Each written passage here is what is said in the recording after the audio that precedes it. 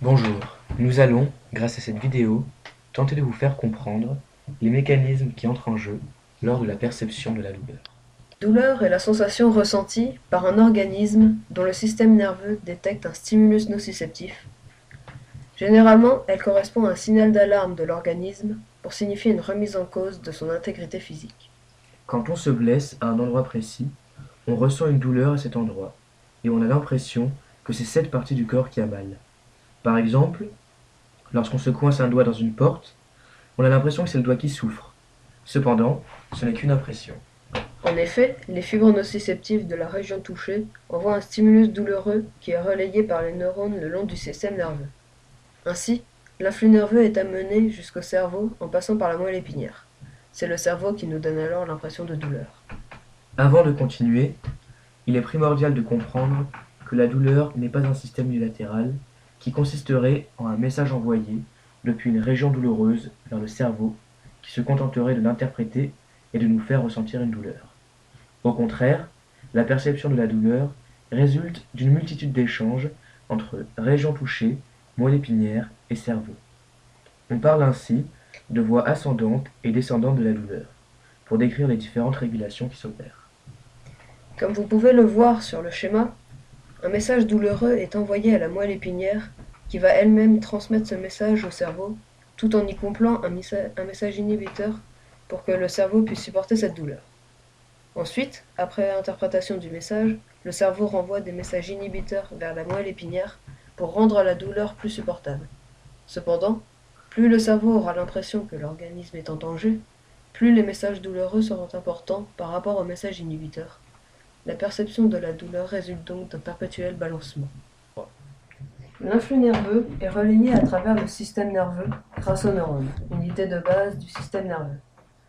Un neurone est composé d'un corps cellulaire, où se trouvent le noyau et les dendrinites, d'une axone et enfin d'une terminaison d'axone.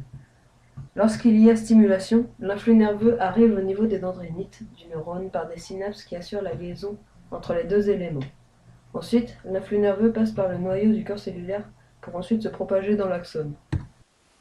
Il faut savoir qu'il existe différentes voies nociceptives. Des voies nociceptives myélinisées et d'autres non myélinisées. Les fibres A-alpha, A-bêta et A-delta sont myélinisées, ce qui leur permet d'avoir une vitesse de conduction plus rapide.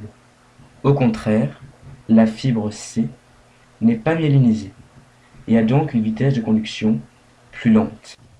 Cette différence de vitesse de conduction s'explique par la myélinisation des axones. En effet, lorsque le neurone possède une axone myélinisée, l'influx nerveux se déplace de nœud ranvier en évitant la gaine de myéline, ce qui augmente la rapidité du message. On distingue deux types de voies ascendantes de la douleur, la voie lemniscale et la voie spinothalamique. La voie lemniscale est la voie par laquelle passent les flux non nociceptifs, fibres A-alpha et A-bêta.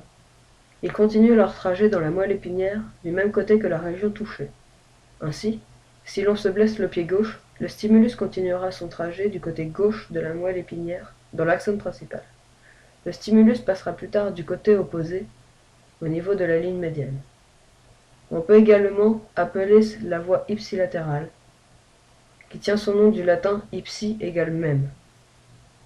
Les flux nociceptifs passent quant à eux dans la voie spinothalamique.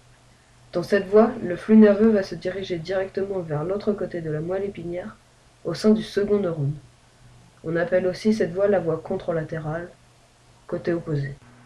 Une fois arrivés au cerveau, les différents messages nociceptifs, arrivant à des moments différents, sont analysés par différentes zones du cortex cérébral. Ainsi, après le passage dans le thalamus, les messages sont envoyés à différents endroits. Pour ce qui est des afférences non nociceptives, ayant emprunté les voies A-alpha et A-bêta, elles sont envoyées au cortex somatosensoriel. Ceci permet notamment la localisation corporelle de la région touchée. Pour ce qui est des afférences nociceptives, c'est-à-dire des messages douloureux, plusieurs possibilités existent. Ainsi, ces influx nerveux peuvent passer par la partie médiane du thalamus et ensuite être envoyés dans l'aire corticale motrice. Après analyse, cette région du cerveau permet des réactions motrices à la douleur. Exemple, se frotter quand on a mal. Cependant, l'influx nerveux peut aussi passer par les noyaux intralaminaires du thalamus pour ensuite être envoyé dans les régions du système limbique. Cette aire est impliquée dans la composante émotionnelle désagréable de la douleur, tout comme le lobe frontal.